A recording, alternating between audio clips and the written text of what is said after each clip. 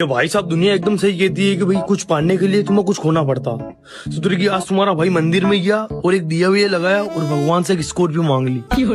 Scorpio मांग कर एकदम फ्रेश एनर्जी के साथ जैसे तुम्हारा भाई बाहर आया, नीचे देखी किसी ने भैया अपना फर्स्ट कॉपी एबी वास की चप्पल ही गायब कर दी, लाल कर दी।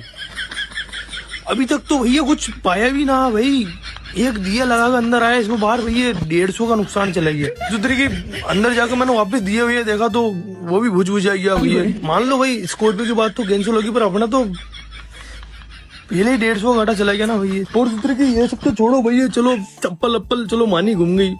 मेरी किस्मत इतनी खराब है ना भैया, पूरा मंदिर का चक्कर लगा लिया, पूरा मंदिर।